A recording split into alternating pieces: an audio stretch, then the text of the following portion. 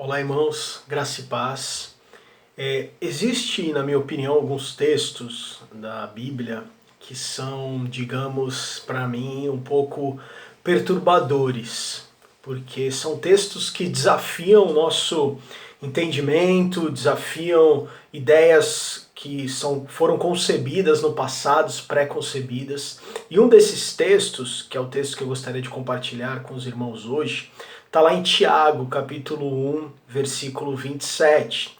Eu vou ler na versão A Mensagem, que diz o seguinte: religião de verdade, que agrada a Deus, o Pai, é esta: cuidem dos necessitados e desamparados que sofrem e não entrem no esquema de corrupção do mundo sem Deus. Irmãos, particularmente eu penso que Tiago tem um objetivo bem claro quando escreveu o seu livro.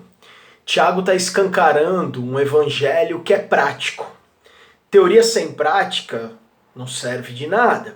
No capítulo 2, no versículo 26, um versículo mais conhecido, Tiago está dizendo: assim também a fé sem obras é morta. Quando eu li isso, irmãos, eu fiquei pensando numa imagem que você já deve ter visto, como se tivéssemos um porteiro na entrada do céu, e quando esse cara receber cada um de nós estaremos ali e seremos questionados com base em Tiago 1,27, e duas perguntas serão feitas para nós. A primeira delas é: você, Leandro, cuidou dos necessitados e desamparados? E eu vou responder sim.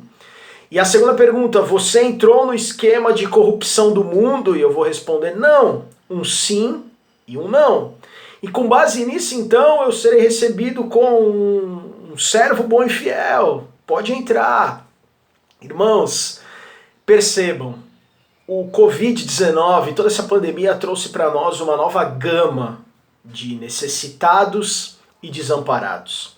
Além das necessidades materiais, precisamos pensar nas necessidades emocionais e também nas necessidades espirituais das pessoas. A questão é: estamos cuidando dos necessitados e desamparados? Se sim, se você pode responder sim, ótimo, excelente. É o mínimo que se espera de nós. É o mínimo que se espera de um cristão, não só hoje, durante essa situação, mas sobre toda a nossa vida, em toda a nossa vida. Nós precisamos ser misericordiosos, nós precisamos praticar a nossa fé com ações, com amor, com serviço, com doação. Irmãos, praticar isso, viver isso deveria ser simples, natural para nós que somos seguidores de Cristo, mas não é. Porque em 1 João 3,16, o texto diz o seguinte: conhecemos o amor nisso, que Ele deu a sua vida por nós, e nós devemos dar a vida pelos irmãos. O termo usado aqui, irmãos, não é opcional, devemos, é um dever. E isso é fortíssimo, porque nós não conseguimos abrir mão nem de pequenas coisas por ninguém, porque somos maus, porque somos egoístas. Nós não conseguimos nesse momento nem nos isolarmos muitas vezes, nós não aguentamos, nós não conseguimos ter a sensibilidade nem de usar uma máscara e etc. Quiçá dar a nossa vida por alguém. O padrão do evangelho, irmãos, é altíssimo. E esse padrão foi o mesmo padrão que fez com que Deus enviasse o seu único filho para pagar o alto preço e morrer por nós. Tudo isso por causa do nosso egoísmo, tudo isso por causa da nossa maldade. Sacrifício esse feito lá na cruz. Irmão, se fala muito das marcas e efeitos que a pandemia trouxe para nós, algumas coisas que nós não queríamos e nem pedimos, outras que até parecem serem boas para nós. Quantos hoje podem fazer as suas refeições em família? Quantos hoje se voltaram para Deus, uma experiência nova ou até mesmo um resgate do que estava perdido?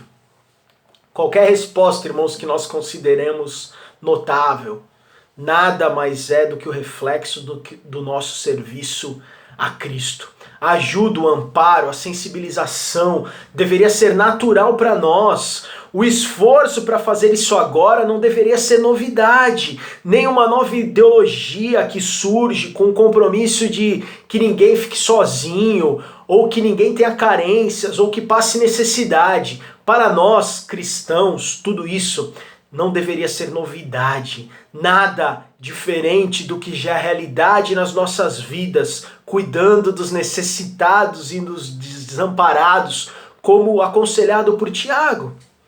Irmãos, qual o legado que isso vai nos deixar?